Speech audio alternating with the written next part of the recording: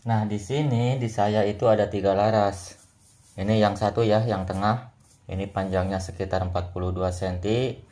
Terus yang ini 50 cm, terus yang ini 55 cm ya, yang ini.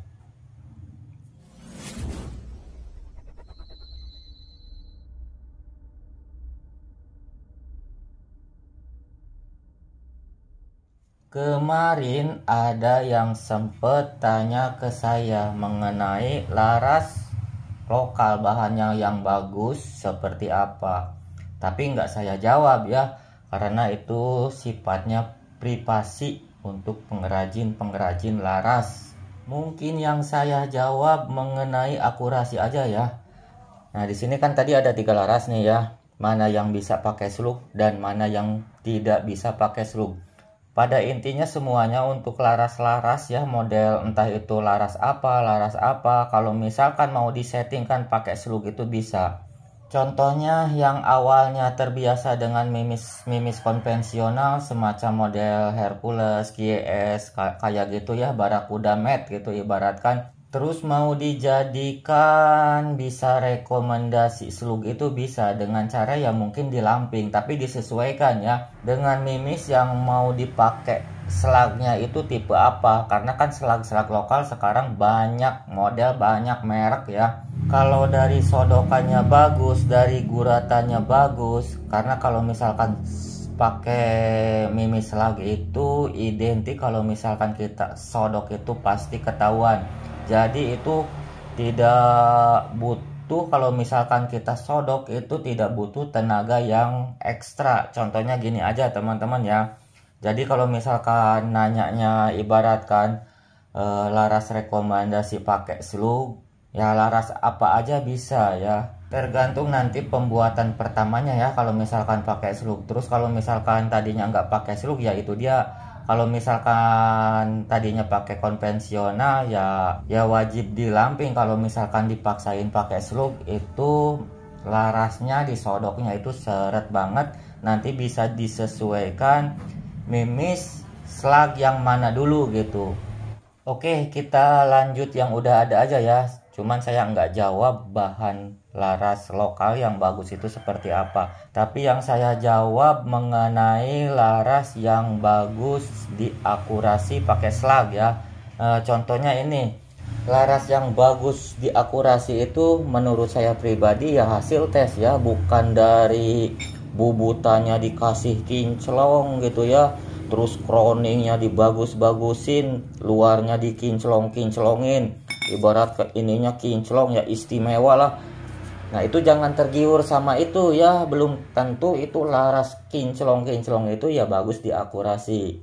Salah satunya ya seperti itu ya, bukan dari beningnya laras. Ini juga kalau misalkan saya beningin ya bisa dibeningin gitu ya, dikasih bening lah ya.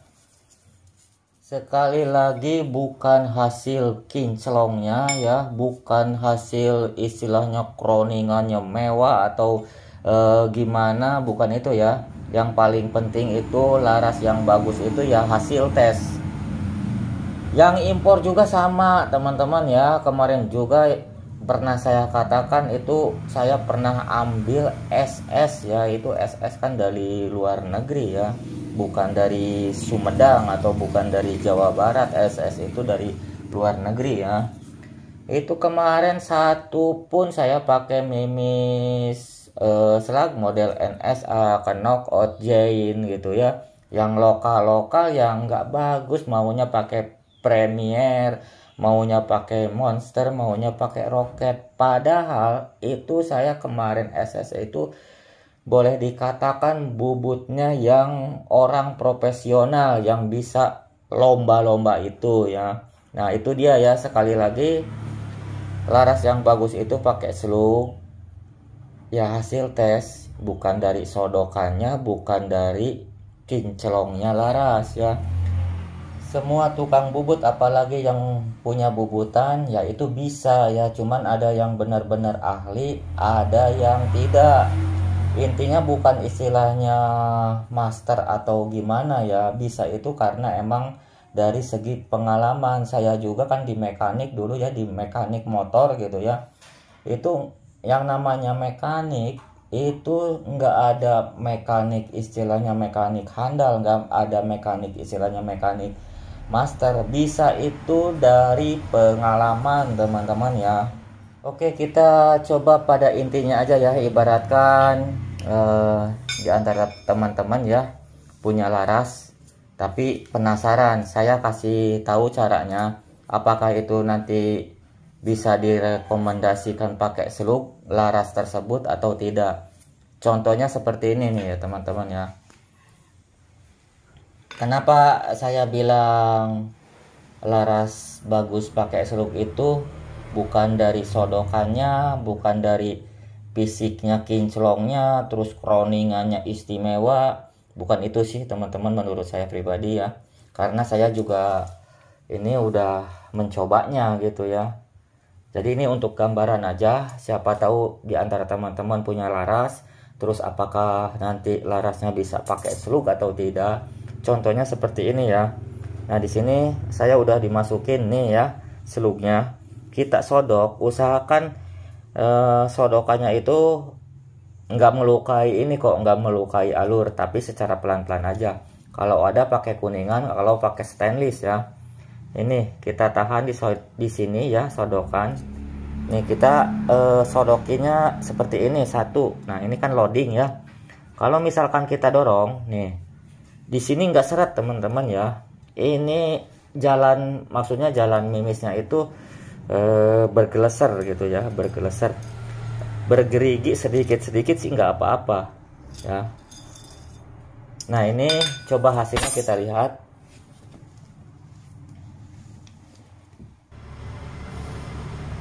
Nah, ini hasil sodokannya aduh mantep banget nih, bahkan ini hasil guratannya juga mantep ya nih. Ini mantep banget. Tapi apakah ini bagus? Enggak teman-teman, ini enggak bagus. Ini dari sodokannya mantep, dari istilahnya pertama masuknya loadingnya sedikit gitu ya, terus dari cuknya sedikit. Apakah ini bagus? Enggak terlalu bagus. Ini jelek, makanya saya enggak aplikasikan, enggak saya pasangkan. Kalau misalkan karakternya jelek, lagian ini bahannya aja terus terang ini kurang, menurut saya kurang ya. Ini kurang. Ini bagusnya laras ini bisanya pakai Exas, Monster sama Rocket, pakai konvensional ya. Tapi belum saya tes pakai seluk-seluk lainnya. Ya seperti itu. Saya pernah yang biasa saya andalkan itu pakai Asluk atau pakai Pop. Ini ya enggak, ini enggak bagus ya. Jelek. Bagusnya sekali lagi pakai Rocket. Nah, ini terus terang aja ini pakai Rocket, dari sodokannya bagus ya. Bubutannya seperti ini ya. Terus yang ini ada yang 40 cm ya, 40 cm kurang lebih. Nah, ini sodokannya seperti ini teman-teman. Kalau disodok ya seperti yang tadi ya. Pertamanya kita masukin mimis ya di sini. Masukin ya.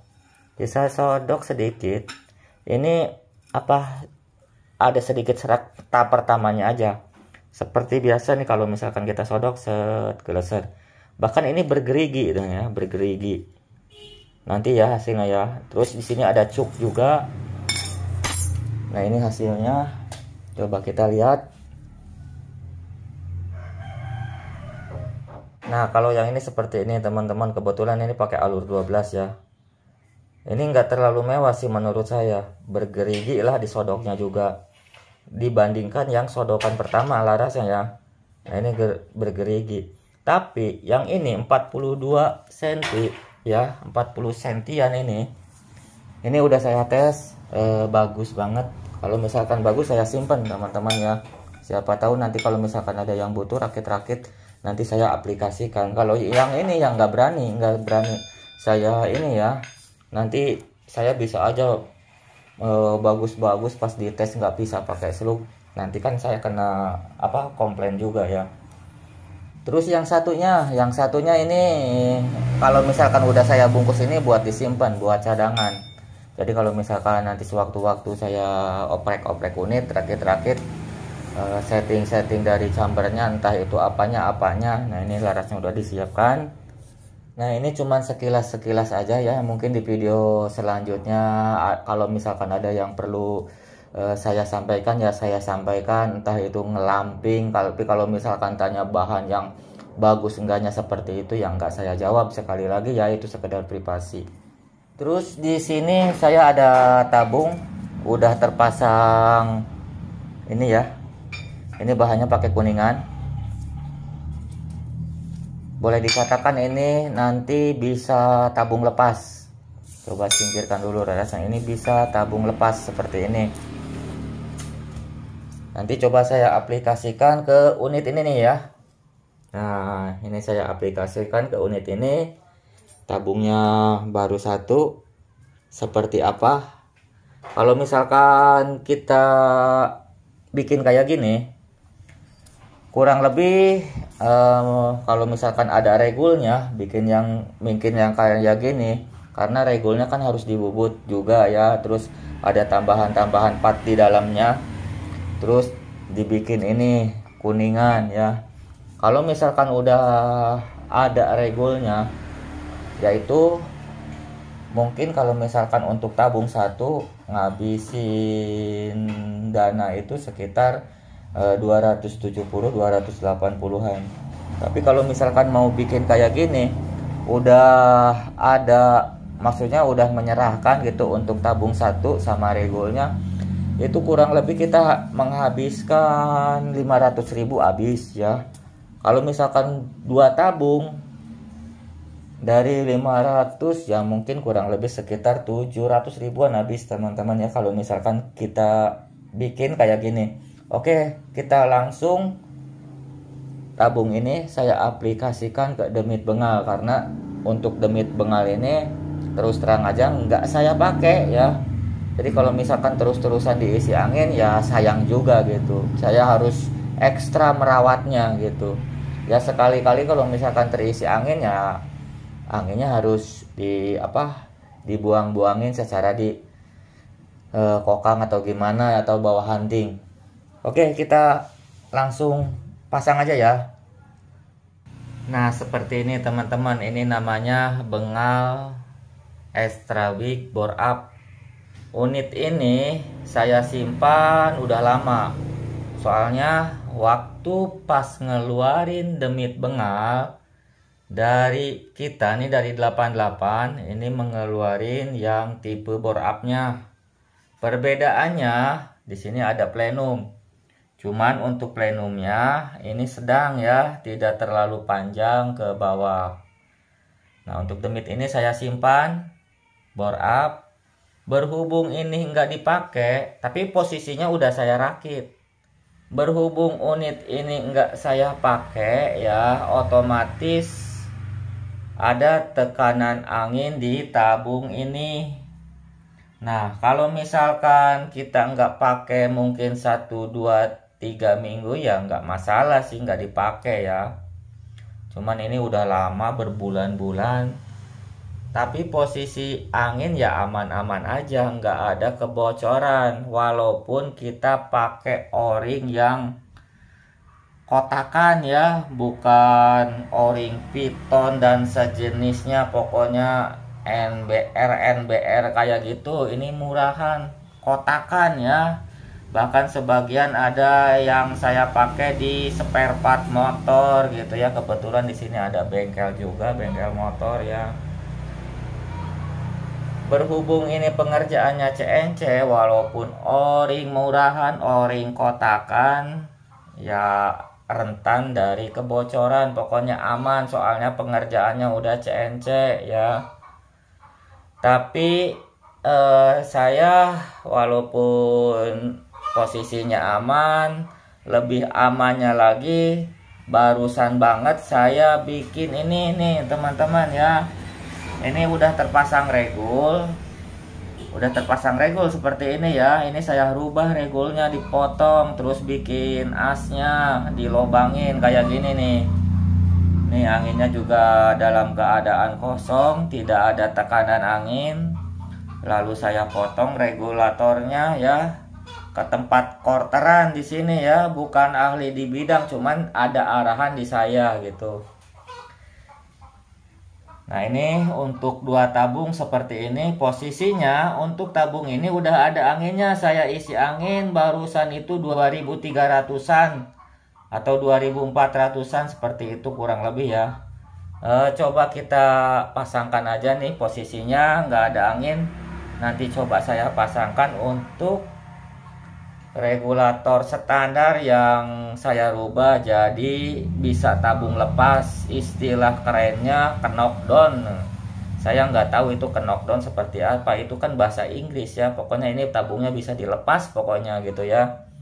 Oke, coba saya praktekkan ya.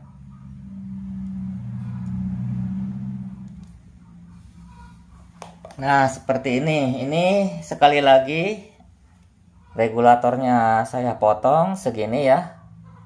Terus di sini dipasangkan semacam adapter, dibubut lagi, dikasih drat. Ini stainless tapinya ya. Nah ini tabungnya udah saya isi angin. Ini untuk tabung 2 ya, berhubung tabungnya nggak ada. Ini juga sebenarnya ya, kalau saya ya, ini berhubung nggak dipakai, walaupun tabung 1 ya paling buat nembak nembak kelapa muda gitu ya, terus nembak mangga. Tuh coba dilihat ya. Nah ini udah terisi angin ya tuh. Coba kita dicopot lagi. Kalau misalkan ini angin kan di atas output ya, kalau misalkan kita copot yang ininya nanti turun keluar. Nah seperti ini ya, ini keluar. Tapi posisi di output ini masih ada angin ya, karena tekanan tabung maksudnya tekanan angin di tabung itu di atas output. Tapi kalau misalkan tekanan angin di tabung di bawah output, otomatis ini keluar semua. Coba kita pasang lagi ya. Ini di outputnya tetap masih ada angin ya tuh. Coba kita pasang lagi. Ini nanti ada pergerakan. Ini kan di 0 ya. Nah seperti ini di 0. Kita kencengin nih, ini muter ya. Nah ini udah masuk tuh ya. Terus coba kita keluarin lagi tabungnya. Nah masukin lagi.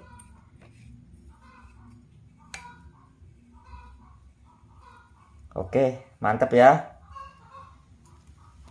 Nah ini fungsinya selain biar awet ke o-ring, ini fungsinya kalau misalkan kita mau setting lagi belum ketemu settingannya, entah itu pairnya atau ada kebocoran atau regulnya nggak kuat. Nah ini fungsinya untuk biar nggak olok-olok angin ya. Kalau misalkan kita buang terus pompanya pakai pompa sepeda kayak gitu, digujes-gujes, bikin sengklek teman-teman ya, bikin sakit pinggang, ngos-ngosan. Tapi kalau misalkan ininya dibikin kayak gini ya otomatis walaupun ada sedikit capek mengurangi gitu ya, mengurangi sakit pinggang.